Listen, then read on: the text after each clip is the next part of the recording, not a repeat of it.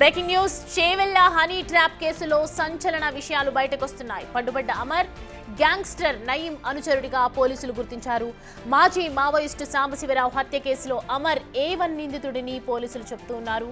ఇక నయీం ఎన్కౌంటర్లో చనిపోయినా కూడా అనుచరుల అరాచకాలు మాత్రం ఆగటం లేదు. అయితే ఇప్పుడు ఎవరికి వారు గ్యాంగ్లను ఏర్పాటు చేసుకుని సెటిల్మెంట్లు బ్లాక్మెయిల్ కు పాల్పడుతున్నారని పోలీసులు వివరించారు. ఈ క్రమంలోనే తాజాగా చేవెళ్లకు చెందిన వెంకట రంగారెడ్డిని హనీ ట్రాప్ లో వేసినట్లు తెలిపారు. 2 కోట్ల నగదు 2 ఎకరాల భూమిని డిమాండ్ చేసినట్టు తెలిపారు. ఇక వెంకట రంగారెడ్డి ఫిర్యాదుతో రెడ్ హ్యాండెడ్ గా పట్టుకున్నట్లు పోలీసులు తెలిపారు. ప్రస్తుతం అమర్ గ్యాంగ్ ను పోలీసులు విచారిస్తున్నారు. దీంతో అమర్ గ్యాంగ్ బాధితులు బయటకు వచ్చే అవకాశం కూడా కనిపిస్తోంది.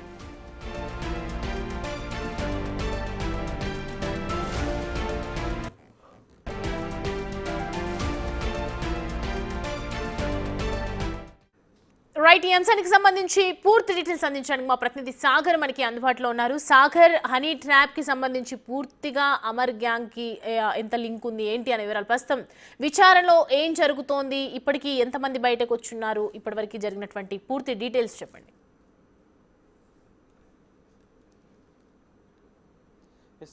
చేవెళ్ల హనీ ట్రాప్ కేసులో సంచలన విషయాలు వెలుగులోకి వస్తున్నాయి. ఈ కేసులో అరెస్ట్ అయినటువంటి కీలక నిందితుడు అమర్ నయీంకి ఏదైతే గతంలో గ్యాంగ్స్టర్గా ఎన్కౌంటర్ అయినటువంటి నయీంకి అనుచరుడు అన్నట్లుగా కూడా తెలుస్తుంది. నయీం ఎన్కౌంటర్ అయిన అనంతరం కూడా నయీం గ్యాంగ్ ఆగడాలు అనేది ఆగడం లేదు. అరాచకాలు, దౌర్జన్యాలు, ఇంకా బ్లాక్మెయిల్ దందాలు, సెటిల్మెంట్లు చేసినట్లుగా కూడా తెలుస్తుంది. తాజాగా కొన్ని ఘటనలు వెలుగులోకి వస్తున్నాయి. నయీం ఎన్కౌంటర్ అనంతరం కూడా కొన్ని ఆయన అనుచరులు చేసినటువంటి బ్లాక్మెయిలింగ్ సెటిల్మెంట్లు కూడా వెలుగులోకి వచ్చాయి. ఇప్పుడు మళ్ళీ నయీం గ్యాంగ్కి సంబంధించినటువంటి అనుచరులు ఇంకా ఈ దందాలు చేస్తున్నట్లుగా కూడా తెలుస్తుంది. ఎందుకంటే చేవెళ్ల హనీ ట్రాప్ కేసులో అరెస్ట్ అయినటువంటి అమర్ ఒక నయీం అనుచరుడిగా కూడా తెలుస్తుంది. అనంతరం ఈయన ప్రత్యేక గ్యాంగ్లను ఏర్పాటు చేసుకొని దందాలు చేస్తున్నారు. చెల్లా చెదురుగా నయీం అనుచరులు గ్యాంగ్ అనేది మారిపోయింది. ప్రత్యేక గ్యాంగ్లను ఏర్పాటు చేసుకొని నయీం అనుచరులు ఈ విధంగా సెటిల్మెంట్లు దందాలు చేస్తున్నట్లుగా కూడా తెలుస్తుంది. అయితే ఈ అమర్ అనే వ్యక్తి గ్యాంగ్గా ఏర్పాటు చేసుకొని హనీ ట్రాప్ చేస్తూ బ్లాక్మెయిల్ చేస్తున్నట్లుగా కూడా తాజా ఘటనతో బహిర్గతమైన నేపథ్యంలో ఇంకా ఎవరెవరిని అమర్ గ్యాంగ్ అనేది మోసం చేసింది, ఈ విధంగా బ్లాక్మెయిల్ చేసింది, ఇంకా ఎన్ని సెటిల్మెంట్లు చేసింది అన్న కోణంలో కూడా పోలీసుల దర్యాప్తు కొనసాగుతుంది. ఎందుకంటే ఇప్పటికే అంటే ఇక్కడ ఈ చేవెళ్ల కేసులో మనం చూసుకున్నట్లయితే వెంకట రంగారెడ్డి తన స్నేహితుడి సలహా మేరకు, ఎందుకంటే మొదట ఇప్పటికే 50 లక్షల చెక్కు సమర్పించుకున్నాడు, అప్పటికే వాళ్ళకి ఇచ్చేశాడు, గ్యాంగ్కి అమర్ గ్యాంగ్కి చెల్లించాడు.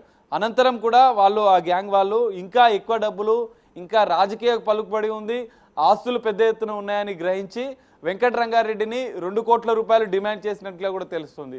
2 కోట్ల క్యాష్ లేదా 2 ఎకరాల భూమి, వ్యవసాయ భూమి రిజిస్ట్రేషన్ చేయాలి తమ పేరు అంటూ కూడా ఇటు గ్యాంగ్ వీడియోలను అడ్డం పెట్టుకొని, ఎందుకంటే హనీ ట్రాప్ చేసి 2 మహిళలతో ఏకాంతంగా గడిపినటువంటి వీడియోలను వెంకట రంగారెడ్డికి సంబంధించినటువంటి న్యూడ్ వీడియోలు కూడా కొన్ని సీక్రెట్ కెమెరాల ద్వారా హనీ ట్రాప్ చేసినటువంటి ఈ ముఠా సేకరించింది. ఆ వీడియోలను అడ్డు పెట్టుకొని బ్లాక్మెయిల్ చేసింది వెంకట రంగారెడ్డిని. సో ఈ కేసులో ఇంకా మరికొన్ని అంశాలు కూడా వెలుగులోకి వచ్చే అవకాశం ఉంది.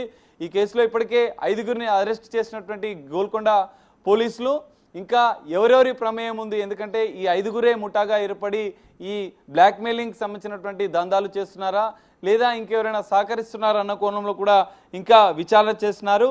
ఇందులో ఈ కేసులో మాత్రం అమర్తో పాటుగా మౌలాలి, రాజేష్, మంజుల, రజనీ అనే మొత్తం 4గురిని కూడా గోల్కొండ పోలీసులు అరెస్ట్ చేసి రిమాండ్కి తరలించినట్లుగా కూడా తెలుస్తుంది.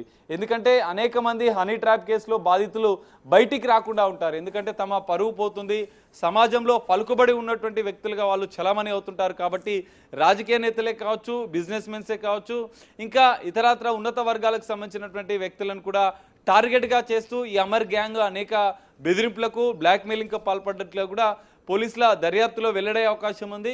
ఎందుకంటే ఇక్కడ వెంకట రంగారెడ్డి మాత్రం రాజకీయ నాయకుడిగా ఉన్నాడు. గత బీఆర్ఎస్ ప్రభుత్వ హయాంలో ఆయన బీఆర్ఎస్ నాయకుడిగా ఉంటూ స్థానిక వ్యవసాయ మార్కెట్ కమిటీ చైర్మన్గా కూడా పనిచేశారు. ప్రస్తుతం బీజేపీలో ఆయన కొనసాగుతున్నాడు. చేవెళ్ల నియోజకవర్గానికి సంబంధించినటువంటి నియోజకవర్గ స్థాయి నాయకుడిగా కూడా ఇక్కడ వెంకట రంగారెడ్డి ఉన్నాడు. అదే సందర్భంలో యోగాకు సంబంధించినటువంటి కార్యక్రమాలు ఇప్పుడు మనం చూస్తున్నటువంటి ఫామ్ హౌస్లోనే నిర్వహిస్తున్నాడు. ఇదే ఫామ్ హౌస్కి అమర్ గ్యాంగ్ వచ్చింది.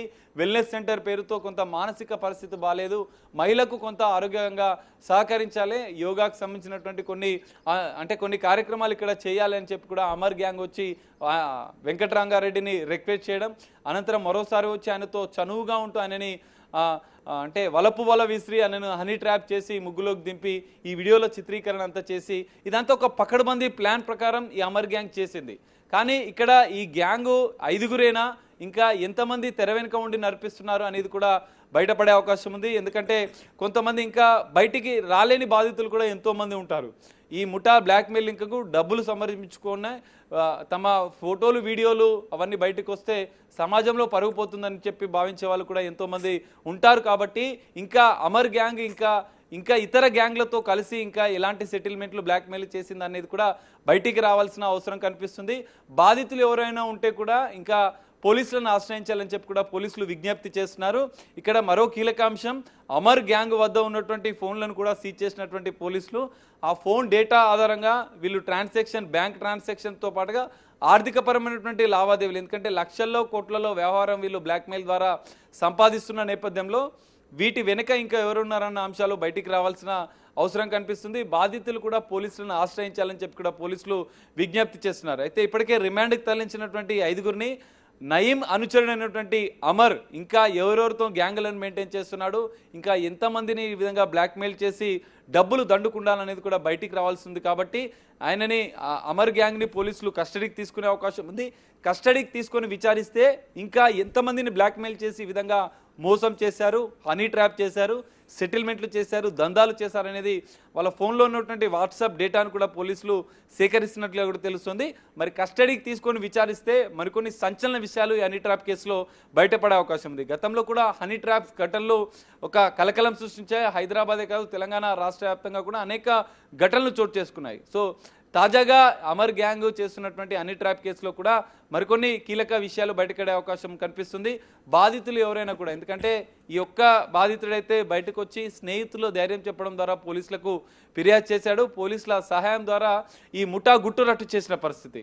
సో ఈ ముఠా ఇంకెంతమందిని మోసం చేసింది, ఎంతమంది పొలిటీషియన్స్ని, బిజినెస్ మెన్స్ని, ఇంకా ఉన్నతంగా సమాజంలో ఉంటే వారిని ఆస్తులు పెద్ద ఎత్తుగా ఉన్నవారిని టార్గెట్ చేస్తూ మహిళలను ఎరవేస్తూ ఈ విధంగా మోసాలకు పాల్పడుతున్న నేపథ్యంలో బాధితులు ఎవరైనా ఉన్నా కూడా స్థానిక పోలీసులను ఆశ్రయించాలి. నయీం గ్యాంగ్ల పేరుతో జరుగుతున్నటువంటి ఈ గ్యాంగులకు సంబంధించినటువంటి అనుచరుల విషయంలో కూడా అప్రమత్తంగా ఉండాలని చెప్పి పోలీసులు సూచిస్తున్నారు. మరి అమర్ని కస్టడీకి తీసుకున్న అనంతరం కూడా ఇంకా ఎలాంటి అంశాలు ఇందులో వెలుగులోకి వస్తాయి, ఎంతమంది గ్యాంగ్ ఉన్నారు, తెర వెనుక ఉండి నడిపించేవారు ఎంతమంది, ఇంకా బాధితులుగా ఎంతమంది ఉన్నారన్న అంశాలు కూడా కస్టడీకి తీసుకొని విచారిస్తే బయటపడే అవకాశం ఉంది. గోల్కొండ పోలీసులు ఇప్పటికే రిమాండ్ తరలించిన నేపథ్యంలో రేపు కస్టడీ పిటిషన్ వేసి వీళ్ళని కస్టడీకి తీసుకునే అవకాశం కనిపిస్తుంది. కస్టడీ విచారణలో మరి ఎన్ని అంశాలు, సంచలన విషయాలు బయటకు వస్తాయనేది మాత్రం చూడాల్సిన పరిస్థితి అయితే కనిపిస్తుంది. Soumya. Right Sagar, thanks for the updates.